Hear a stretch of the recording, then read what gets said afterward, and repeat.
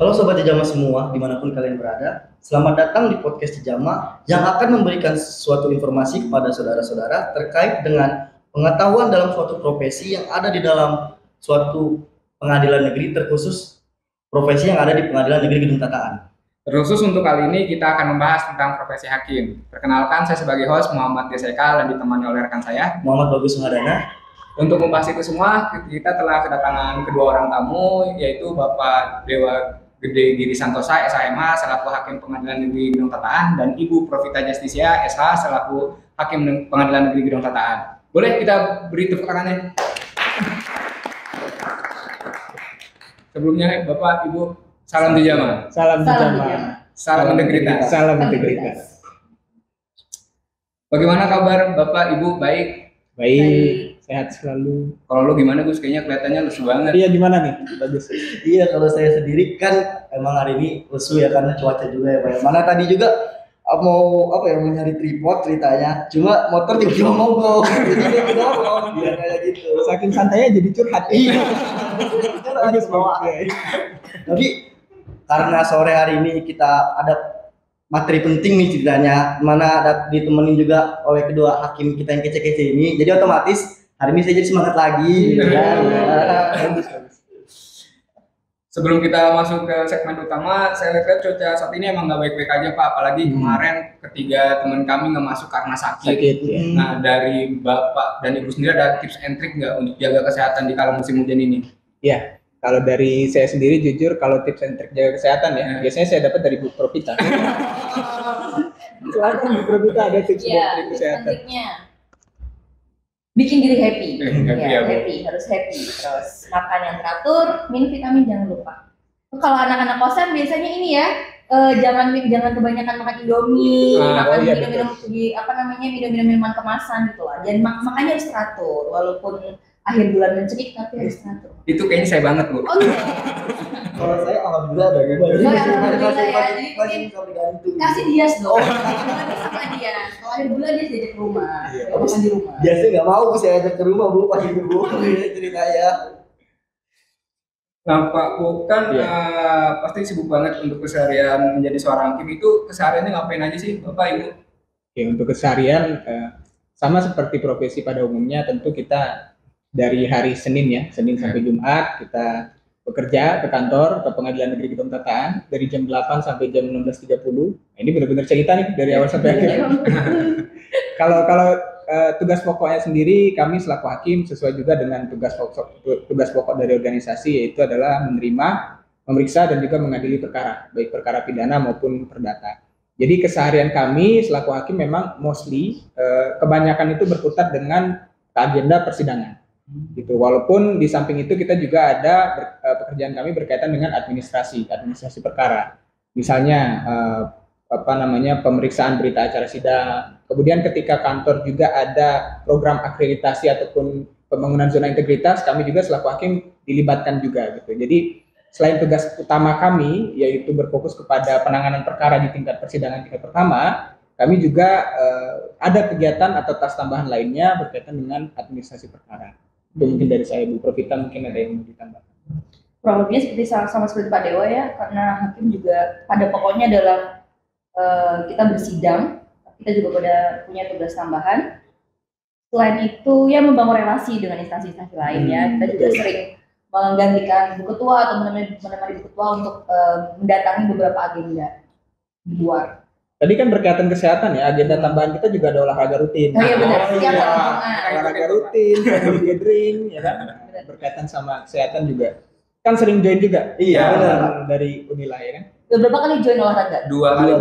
Baru dua kali? Iya, minggu kemarin sama hari ini. Mungkin minggu kemarin nggak ikut, makanya ada yang sakit kemarin. Coba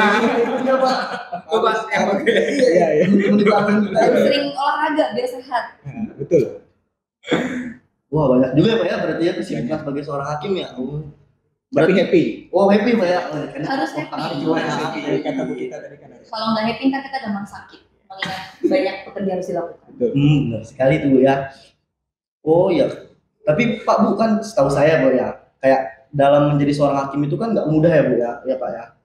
Nah itu oleh karenanya ada nggak sih Pak Bu sebagai seorang hakim cara-caranya untuk menjadi seorang hakim itu Pak. Jadi kan banyak mungkin teman-teman kita di luar sana yang ingin menjadi seorang hakim tapi nggak tahu cara-caranya. Iya. Boleh diberikan cara-caranya Pak? Iya. Tip ya cara. Oke, dari Bu Pinta dulu. Oke, mungkin pertama nunggu Mahkamah Agungnya bukaan dulu. Oh, iya. Buka pengumuman dulu, kalau nggak buka nggak bisa dong masuk jadi Ya, hakim. betul. Pertama nunggu pengumuman dulu. Nah, tapi saya kurang tahu ya kapan kira-kira Pak Dewa ya, belum ada info. Mungkin lagi tahun ya. depan mudah-mudahan ya. Mudah-mudahan ada ya. Saya teman-teman besok kalau mau join boleh cari-cari informasinya di websitenya Mahkamah Agung, pasti ada. Pertama buka pengumuman dulu ya, terus kita daftar.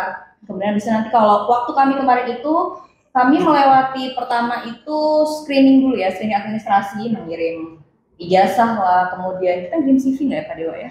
CV Enggak sepertinya ya. enggak ya. Enggak, ijazah, transkrip nilai, surat keterangan sakit. Setelah itu nanti screening di Mahkamah Agung, dilihat secara administrasi kita lolos atau enggak seleksi administrasinya. Setelah itu nanti kita ada CAT. CAT, ada TU, TWK, TKP. TKP. Nah, setelah itu kalau kemarin itu kita ada 2 jalur ya. Kayaknya yang terakhir juga ada 2 jalur, cum laude dan juga yang umum. Kalau misalnya cum laude itu dia seleksinya itu nasional, di ranking nasional. Kalau Pak Dewa mau tuh Pak? Saya cum laude. Nah, jalur cum laude saya juga main jalur cum laude. Itu kita seleksinya nasional, jadi di ranking nasional gitu. Tapi kalau misalnya umum itu, kalau misalnya cum laude itu kita nggak harus melewati standarnya. Kalau nggak salah yang umum itu TU, TWK sama TKP-nya itu ada standar yang harus dilewati, ada batas minimalnya. Kalau misalnya mereka nggak melewati batas, tidak mencapai batas minimal tuh mereka nggak bisa langsung lolos. Jadi mereka tuh kayak 2 tahap gitu loh. Jadi harus melewati batas minimal, habis itu di ranking. Tapi kalau yang cum laude itu nggak harus melewati batas minimal, tapi langsung di ranking nasional. Kalau rankingnya masih masuk, ya masuk. Kalau enggak, ya enggak. Itu pertama CAT. Nah, setelah kita lolos dari CAT-nya, baru nanti SKB, tes kemampuan bidang. Itu kemarin kami tes hukum ya, tes kemampuan materi hukum. Kita tapi juga computer based test. Jadi pakai tes di komputer gitu. Nanti di setahu saya juga di ranking sih, kayak nilainya berapa, gitu ada berapa kayaknya kemarin tertinggi 400-an, 300-an saya lupa juga. Setelah itu ada FGD. FGD-nya itu bareng sama ini kayak psikotes gitu loh. Ya, FGD bareng psikotes. Jadi psikotes itu nggak cuman red clean, kalau pernah dengar red clean, psikotes umum lah, ada FGD juga, sama terakhir tuh ada wawancara. Nah, kemarin wawancara itu kita sama 1 orang hakim tinggi dan 1 orang akademisi. Setelah itu udah, kalau misalnya lolos itu sih kurang lebih tesnya, mungkin pada besarnya. Iya, kurang lebih sama. Jadi intinya ada tes pemenuhan berkas secara administrasi dulu, kemudian computer based test tadi CAT itu dari pertama kemampuan dasar tadi juga perlu kita sampaikan, kemudian kemampuan bidang, kemudian psikotes dan juga wawancara. Intinya seperti itu prosesnya. Tadi pertanyaan proses ya? Iya, Pak. Betul, kurang lebih seperti itu. Tapi untuk kota sendiri apa dibedakan Pak antara jalur yang cum laude dan jalur umum, apa disatukan? Ya, dibedakan. Beda. Cum laude lebih sedikit kuotanya. Lebih sedikit. Kalau nggak salah dulu kami 100 apa ya? Ya, 100. 100, sementara yang umum itu 1000. Ya, kurang lebih 10%-nya lah. Kurang lebih 10% dari yang Ternyata sulit Sulit juga ya. Panjang juga tahapannya. Banget. Cuma ya kalau orang belajar sih masih bisa sih. Pasti bisa. Pasti bisa. Kalau udah mimpi pasti bisa. Boleh didengerin saudara Didi yang ada di belakang. Ini langsung di capture kamera. Iya. Ngomongin kita. Ini yang bagian ini yang enggak di Sound asisten kita ini mau jadi ini Pak, pengacara. Oh, banyak acara. Jangan dong. Masa di pengangguran banyak acara. pengacara yang sesungguhnya. Iya Pak. Harus Jadi corporate law firm di Jakarta biar corporate keren. lawyer. Corporate lawyer ya salah. Corporate law firm itu. Terus tadi kan tentang tahapan Pak untuk masuk menjadi seorang hakim. Nah, untuk persiapannya ada nggak sih Bu, kiat-kiatnya apa aja yang harus dipersiapin sebelum mendaftar? Kesehatan. Kesehatan. Ya, itu paling utama. Karena kalau nggak sehat nggak bisa ngerjain soal. Terus belajar sih. Karena waktu itu tuh tesnya tuh kayak pertanyaannya, kalau saya kan kita pertanyaan beda-beda ya. Saya nggak tahu kalau pertanyaan Kak Dewa, tapi kalau saya tuh kemarin dasar banget dan banyak banget pasal-pasal gitu, pasal di KUHP dan KUHP tuh banyak yang keluar. Jadi kayak benar-benar harus mempersiapkannya tuh jangan setengah-setengah, harus maksimal yang bisa belajar sih Bang. Ya. Sama sehat. Kalau dari saya mungkin kan karena kita ada pertama itu seleksi kemampuan dasar ya. Seleksi kemampuan dasar itu ada TWK, artinya tes kemampuan kewarganegaraan. Nah itu biasanya pertanyaannya itu berkaitan dengan PKN gitu. PKN yang dipelajari pada saat SMP atau SMA. Kemudian ada biasanya pertanyaan juga berkaitan dengan Undang-Undang Dasar, sejarah kemerdekaan dari pra kemerdekaan sampai pasca kemerdekaan. Mostly berkaitan dengan pengetahuan mengenai kewarganegaraan, termasuk juga ideologi Pancasila. Itu yang perlu disiapkan. Kemudian yang kedua terkait dengan intelijensi umum, ya kembali lagi kita pelajari lagi berkaitan dengan hitung-hitungan pada saat SMP SMA juga, hitung-hitungan, kemudian bahasa, kemudian pengetahuan umum. Dan terakhir itu mengenai kepribadian, itu biasanya kita berkaitan dengan tes kepribadian. Jadi biasanya tes kepribadian ini dia ada fokus tertentu yang diharapkan untuk masing-masing orang itu bisa tercover gitu. Jadi teman-teman harus ketahui nih nilai-nilai dasar ASN itu apa gitu kan. Kalau sekarang kan core value-nya berakhlak. Nah, mungkin itu juga bisa menjadi salah satu hal yang dipelajari. Karena kan kita harus tahu nih untuk menjadi ASN kepribadian seperti apa yang diperlukan. Yang pertama pasti kan leadership. Kemudian kemampuan bekerja sama dalam tim, kemudian hal-hal lain yang mengutamakan kepentingan negara di atas kepentingan pribadi. Jadi biasanya pertanyaannya itu berkaitan dengan hal-hal seperti itu. Jadi jawaban yang diharapkan tentu teman-teman harus mencari jawaban yang mencerminkan nilai-nilai tersebut. Gitu. Kemudian yang keempat, sama seperti Bu Profita sampaikan, berkaitan dengan pengetahuan hukum, baik hukum material maupun hukum acara. Gitu. Hukum pidana, hukum perdata, tata usaha negara, HAM dan pidana khusus ataupun perdata khusus gitu. Dan terakhir berkaitan dengan psikotes ya sebenarnya untuk psikotes ini udah banyak nih di website itu banyak bisa trial yang bisa kita coba gitu ya. Nah, itu bisa dijadikan bahan latihan dan terakhir untuk wawancara itu siapkan kemampuan dalam berkomunikasi. Itu penting tuh public speaking itu paling penting. Apalagi kalau teman-teman ingin menjadi seorang hakim kan, nanti bantu persidangan ya kan. Ini udah masuk belajar bagus nih, keren banget. Kalau saya lihat kan dari awal udah lancar gitu ya, udah ada bagus gitu. Oh ya, nambahin juga waktu wawancara tuh mungkin persiapin juga skripsi ya. Karena kadang-kadang kita, betul. karena pasti ditanya soal skripsinya Pasti. apa. Ya. Nah, jangan sampai tuh pas kita wawancara, skripsiku apa ya, gitu kan kita kayak, jadi skripsinya kayak gitu kan. Jadi harus, jangan sampai, pokoknya apa yang kita didapat di kampus tuh harus diingat lah. Ya. Dipelajari lagi. Bagus. Jadi kita harus mempersiapkan dari jauh-jauh hari, Gus. Iya. Tapi kalau saya kan suka pelupa. Susah juga kalau dilihat. Wajar itu, wajar. Wajar ya, manusia. Berarti Bapak Ibu kan sudah terhitung lama ya Pak ya jadi seorang hakim ya Pak ya? 2,5 tahun. Belum lama. Belum. Kita masih seumuran sebenarnya. Oh iya benar 18 tahun ya Pak ya. Iya 18 tahun. Iya. Nah mungkin banyak perkara-perkara yang udah pernah Bapak Ibu pegang kan. Nah itu ada nggak sih Pak Bu dari semua itu yang jadinya Bapak Ibu itu kayak ada suka dukanya gitu menjadi seorang hakim kan? Pasti kan yang pertama pasti saya tahu kan penempatannya jauh ya Pak ya. Iya benar. Pak Dewa kan setahu saya dari Bali Pak. Dari Bali. Kalau Bu Profita Dari Jogja. oh dari Jogja bisa ditempatin di Bandar Lampung karena Iya. ketemu alamat hijau kita ya kan? Nah, ada nggak sih Pak? Suka duka. Suka dukanya. Ya pasti ada. Sukanya ya kan kita bertualang ya. Saya masih muda ya kan. Nah memang kalau kita berangkat dari suka ke daerah lain kita berkenalan nih dengan banyak ciri khas di daerah tersebut. Misalnya kayak Lampung ya, kita bisa coba makanan khasnya, kemudian bertemu dengan orang-orang di Lampung. Kalau saya bilang Lampung ini malah mininya Indonesia. Banyak orang Jawa, banyak orang Sumatera, macam-macam gitu. Bahkan orang Bali juga banyak di sini. Jadi saya mau ibadah juga nggak susah gitu. Nah, itu sukanya ya. Jadi dan juga setiap daerah itu kan pasti punya karakteristik perkara yang berbeda-beda ya. Jadi banyak belajar juga gitu. Toh pun bicara masalah penempatannya memang bersedia di mana aja, tapi perlu dicatat bahwa selama kita bisa memberikan yang terbaik pada saat tes, kemudian pada saat bekerja, selama prestasinya baik, saya yakin juga Mahkamah Agung akan selalu memperhatikan mengenai penempatan. Sebagai contohnya Bapak Dewa. Sebagai contohnya Bu Profita.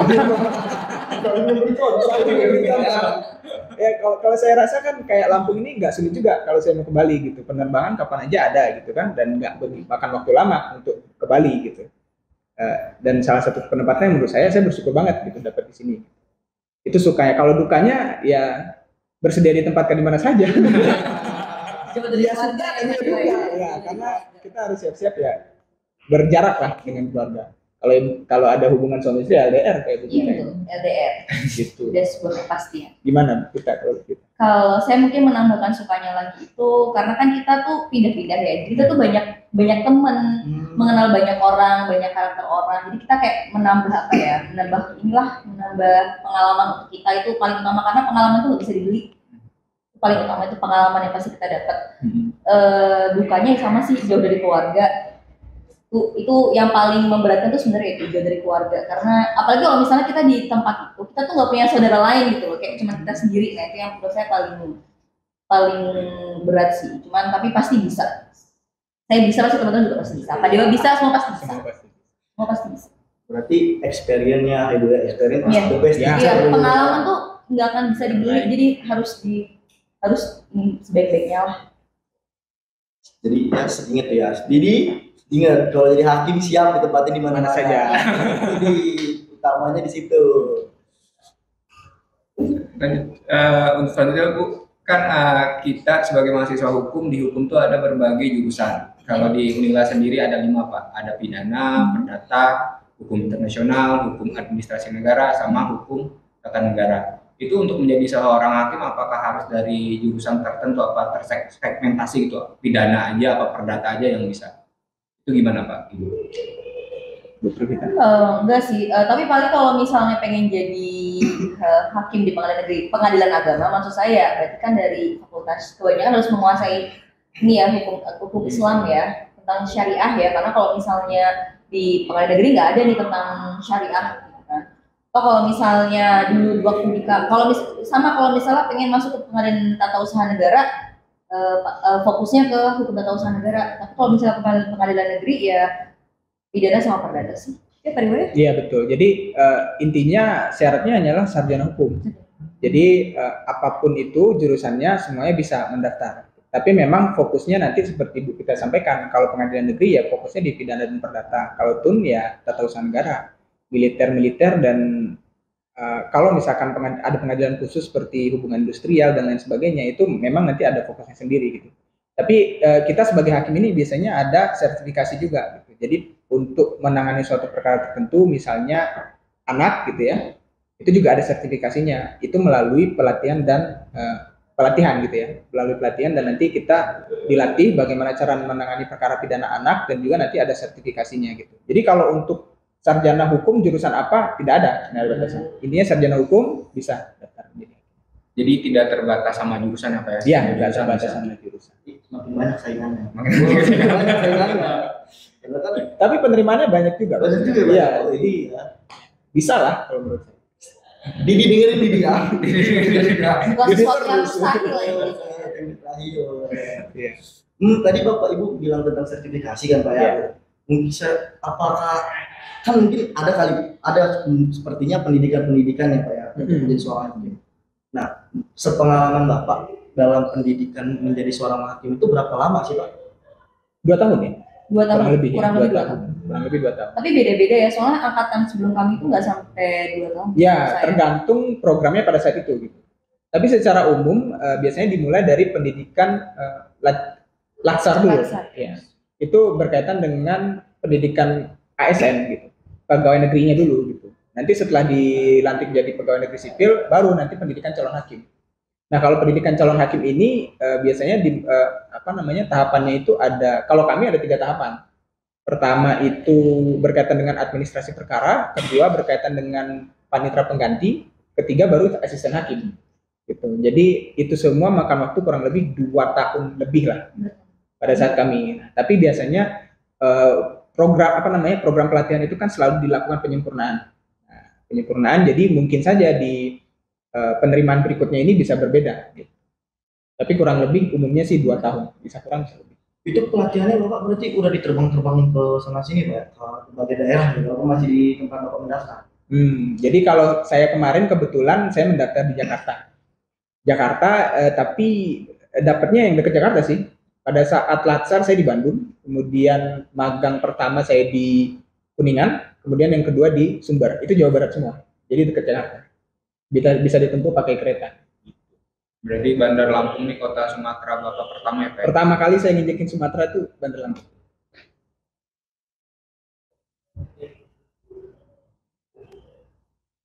Terus Pak, Ibu selama berkarir menjadi hakim ada nggak sih yang kasus perkara yang berkesan? Pasti ada. Kalau saya sendiri waktu itu menangani kasus pembunuhan. Kalau untuk detailnya sendiri mungkin saya nggak bisa cerita, tapi intinya kenapa itu berkesan untuk saya karena cara pelaku melakukan itu agak sedikit sadis gitu ya. Jadi pada saat itu memang saya lumayan berpikir panjang untuk berkaitan dengan penjatuhan setelah mahkamah putusan. Gitu. Karena memang pada saat musyawarah kita ada sedikit diskusi, ada dinamika, namun pada akhirnya memang sepakat gitu ya. Sepakat dan sampai sekarang itu masih menjadi pelajaran untuk saya. Bagaimana saya menggali keterangan pada saat persidangan, bagaimana saya dengan majelis menyusun putusan dan kemudian musyawarah gitu ya. Selama dinamika musyawarah itu menjadi suatu yang berkesan. Tapi di balik itu semua banyak juga perkara-perkara yang sebenarnya menarik perhatian saya khususnya ya.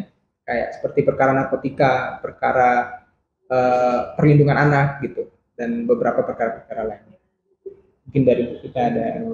Kebetulan saya sama Pak Dewa, saya juga salah satu perkara kesan itu juga perkara pembunuhan. Kebetulan waktu itu kami juga sama ada dinamika juga karena ya perkaranya sedikit sulit pembuktiannya. Jadi kami banyak berdiskusi lah satu majelis juga sama si kurang lebih pembunuhan juga. Memang perkara pembunuhan itu memang biasanya itu butuh banyak diskusi. Ada banyak dinamika karena itu terkait dengan nyawa orang lain ya atau perbuatan orang lain. Apalagi ditambah kalau misalkan pembunuhan dilakukan dengan minim saksi gitu, nggak ada yang menyaksikan. Nah, itu akan membutuhkan kemampuan untuk menggali fakta pada saat persidangan.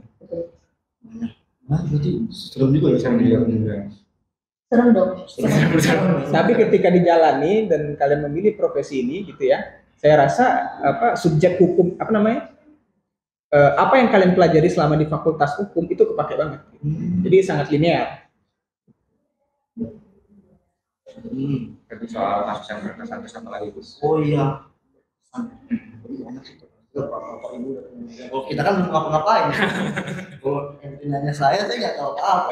Waktu ini dong, waktu MBKN kan Nah, iya. MBKN. Nah, selama MBKN ada ini nggak? Ada udah baca-baca berkas yang kira-kira menurut kalian menarik nih gitu? Ada nggak? Kalau saya sendiri karena kan saya juga ngambil penelitian di sini kan. Iya, betul. Saya udah baca berkas yang ini yang saya jadiin ini skripsi saya. Ya. Nomor perkaranya 18 Pak. Yang pencurian cuma gara-gara handphone Pak. Iya. Biji dia diambil tapi bisa masuk penjara gitu kan. Iya. Kalau handphone kan bisa dibeli sendiri sih Pak gitu kan. Kenapa dia melakukan kejahatan seperti itu gitu kan. Ya menurut saya sih di situ kayak hal aneh sih, cuma kita kan nggak bisa tahu ya ekonomi seorang. Iya, Itu betul. kan nggak bisa dilihat. Nah itu penting, itu bagus itu. Dengan cara bagus menganalisa bahwa sebenarnya hukum itu tidak melulu mengenai kepastian hukum, ya kan? Nggak melulu mengenai hukumnya apa, kemudian orang dihukum gitu ya. Nah, memang ada juga beberapa perkara saya yang berakhir upaya hukum atau maksudnya banding tidak diterima oleh salah satu pihak karena pertimbangan mengenai social justice tadi, restoratif justice gitu. Terkadang untuk perkara-perkara tertentu yang contoh pencurian ya, di satu sisi terdakwa ini dia sudah mengganti kerugian, sudah ada permohonan maaf dan damai antara terdakwa dengan korban. Sebenarnya kan hal tersebut harus dipertimbangkan menjadi hal-hal yang meringankan gitu. Itu bentuk dari bagaimana kita berdinamika dalam musyawarah putusan dan bagus itu untuk analisa di programnya teman-teman. Berarti saya udah cocok menjadi hakim ya. Oh iya, Cocok. Semua teman-teman dapat jadi hakim. Iya. Tinggal semangatnya. Betul. Udah pas. Jadi artis Korea lebih cocok ya. Dari tadi kan gini rambut terus. Iya. Jadi jangan ini gimana kan nanti kita jadi persaingan gak boleh jadi. Oke. Sebentar. Ini Pak Bu, mungkin kalau kita ngobrol-ngobrol ini kan asik banget nih Pak Bu ya, kayak ngobrol tentang seputar hakim gitu. Saya rasa juga mungkin kita mau nanyain satu, ini sih kayak pertanyaan yang benar-benar kayak bisa ngebuat mahasiswa-mahasiswa yang ingin masuki ranah dunia hukum terkhusus seorang hakim gitu Bu ya, memiliki semangat terpacu gitu kan kayak, wah ini benar-benar cita-cita saya gitu ke depannya. Ada nggak sih Pak Bu kayak pesan-pesan atau motivasi yang bisa Bapak Ibu berikan kepada rekan-rekan semua yang yang insya Allah menonton podcast Jama ini agar selalu termotivasi ke depannya. Jadi cita-cita itu nggak putus di tengah jalan gitu Pak. Nah, melihat kan kita lihat sendiri begitu buka CPNS misal, begitu lihatnya pendaftarnya 1.000 orang, 20.000 orang gitu kan itu langsung down gitu kan Pak Bu ya, kayak langsung wah gitu, saingannya udah banyak gitu. Apa nggak jadi hakim ya? Apa saya jadi jaksa aja ya? Apa saya ngambil ombudsman gitu? Saya kan kayak ngebuat mental kita drop gitu Pak Bu. Nah, mohon diinikan motivasinya supaya teman-teman semua tetap semangat ya. Kami kalau motivasi itu paling jago Bu Profita. Oh. Motivasi biasanya ke Bu Profita. Ya Allah. Ya untuk teman-teman semuanya yang mungkin ya teman-teman Fakultas Hukum ya seluruh Indonesia yang mau menonton podcast ini ya, kalau misalnya memang sudah ada nih di dalam bayangannya aku pengen jadi hakim, harus semangat. Kalaupun misalnya ngeliat pendaftarnya banyak banget, nyatanya kami berdua di waktu itu pendaftarnya belasan ribu orang. Itu kami juga alhamdulillah bisa sampai di sini itu juga karena kita itu tetap semangat, kita punya harus bisa nih, pasti bisa gitu. Jadi ya jangan takut gitu melihat belasan ribu orang. Kalau misalnya memang sudah rezeki kalian di sana, nggak akan ada yang bisa akan ambil, itu pasti jadi milik kalian. Jadi tetap harus semangat, berdoa, pasti bisa. Betul. Kalau Pak Dewa? Nah, kalau saran saya minta restu orang tua. Itu paling penting ya. Jadi minta doa ibu. Saya juga ngerasa bahwa sebenarnya apapun profesinya, saya rasa banyak juga profesi-profesi yang sebenarnya sangat menurut saya itu perlu effort yang lebih untuk bisa menjadi profesi tersebut gitu ya. Tapi saya rasa bahwa doa orang tua itu hal yang penting ya. Ini jadi serius nih. Tapi mintalah doa orang tua, itu hal yang penting, karena saya yakin juga teman-teman udah jadi mahasiswa ini juga berkat orang tua teman-teman, membiayai, memberikan semangat gitu ya.